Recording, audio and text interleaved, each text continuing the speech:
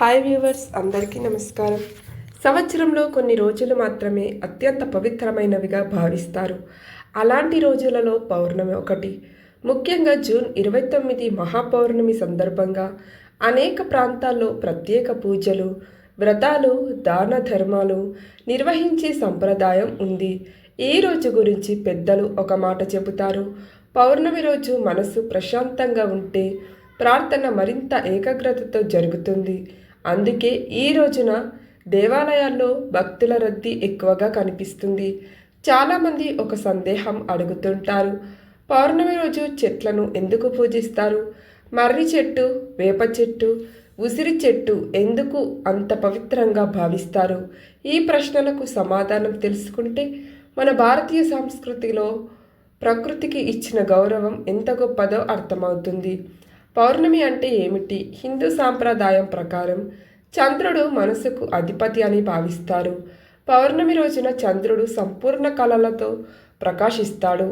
అందుకే ఈ రోజున భక్తి, ధ్యానం, జపం, పూజలు చేయటం మనసుకు ప్రశాంతతను కలిగిస్తుందని అనేక మంది విశ్వసిస్తారు. పురాణాల్లో కూడా పౌర్ణమి రోజున విష్ణుమూర్తిని, మహాలక్ష్మిని, పరమేశ్వరుడిని ఆరాధించడం శుభప్రదమని పేర్కొంటారు. అందుకే చాలామంది ఈ రోజున ఉపవాసం ఉంటారు. సాయంత్రం దీపారాధన చేస్తారు. పేదలకు దానం చేస్తారు. ఈరోజు ఎందుకు ప్రత్యేకం? పెద్దలు చెబుతుంటారు.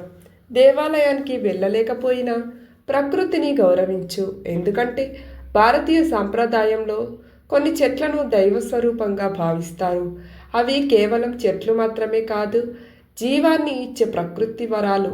వాటి నీడ, గాలి, ఔషధ గుణాలు మనిషికి ఎన్నో విధాలుగా ఉపయోగపడతాయి. అందుకే మన పూర్వీకులు వాటిని దేవతలతో అనుసంధానం చేశారు. మర్రి చెట్టు మహిమ. మొదటగా మర్రి చెట్టు గురించి తెలుసుకుందాం. మర్రి చెట్టును సంస్కృతంలో వృక్షం అని పిలుస్తారు. వటవృక్షం అని ఈ చెట్టు వందల సంవత్సరాలు జీవిస్తుంది. అందుకే దీనిని దీర్ఘాయుష్కు ప్రతీకగా భావిస్తారు. మర్రి చెట్టు వేర్లు భూమిలోకి మాత్రమే కాకుండా పైనుంచి కూడా క్రిందికి వస్తుంటాయి. దీనిని చూసి పెద్దలు జీవితం ఎన్ని కష్టాలు వచ్చినా నిలబడి ఉండాలి అని బోధించేవారు. సావిత్రి సత్యవాన్ కథ. ఈ మర్రి చెట్టుకు సంబంధించిన ప్రసిద్ధ పురాణ కథ సావిత్రి సత్యవాన్. సావిత్రి తన భర్త సత్యవాన్ను ఎంతో ప్రేమించింది.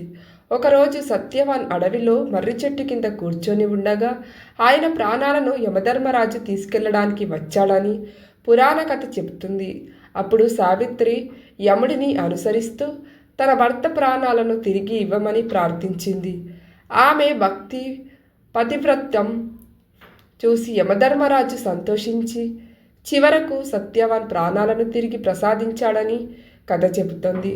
అందుకే వివాహిత మహిళలు వటవృక్షం చుట్టూ ప్రదక్షిణలు చేస్తూ తమ కుటుంబ సౌఖ్యం, భర్త ఆరోగ్యం కోసం ప్రార్థించే సాంప్రదాయం ఏర్పడింది.